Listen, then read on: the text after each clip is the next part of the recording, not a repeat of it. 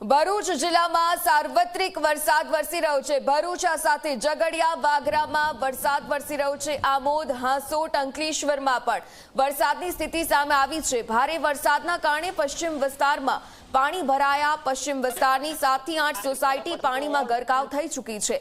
તંત્રની કામગીરી સામે લોકો પણ હવે તો રોષ વ્યક્ત કરી રહ્યા છે।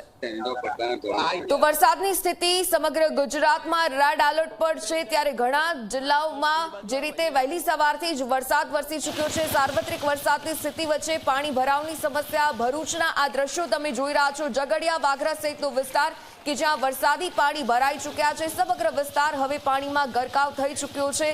અંકલેશ્વરમાં પણ વરસાદી માહોલ આ જ રીતે યથાવત છે।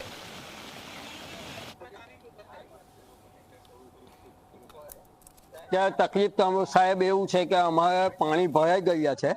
વધારે વરસાદ પડવાથી ઘરના અંદર પાણી આવી શકે એવી શક્યતા છે। પાણીનો નિકાલ થતો નથી। પાણીનો નિકાલ થતો નથી। શું માંગ છે? અમારા તંત્ર પાસે એટલી જ માંગ છે કે ભાઈ અમારે આ ગટર લાઈનો જે છે તેનું પાણી આગળ જતું નથી ચોમાસામાં। તેને સાફ સફાઈ કાયમ માટેની આ ચોમાસામાં અમારે પ્રોબ્લેમ રહે છે। એવું નથી કે અમારી એકલી સોસાયટીને, બીજી 4-5 સોસાયટીઓ છે તેમને પણ આ પ્રોબ્લેમ રહે છે। આ મેન રસ્તો છે, એના માટે બધી જ સોસાયટી વાળા આ રોડે થઈને બાયપાસ, જંબુસર બાયપાસ ચોકડીએ જવા માટેનો આ મેન રસ્તો છે। દર વર્ષે અમારી સોસાયટી અંદર ઘૂંટણ સુધી પાણી આવી જાય છે। અમે દર વર્ષે તંત્ર પર માંગણી કરીએ છીએ કે અમને આનું કાયમી નિરાકરણ કરી આપો, જેથી કરીને અમારે એક સોસાયટી નહીં, લગભગ 10 સોસાયટીને અમને દર વર્ષે તકલીફ પડે છે। અમારા છોકરાઓ બાળકોને સ્કૂલ મદરસે જવા માટે અમને તદ્દન અમારા અઠવાડિયું અમને ઘરે જ રાખવા પડે છે। અમારા માટે શિક્ષણ બિલકુલ અઠવાડિયા માટે બંધ થઈ જાય છે।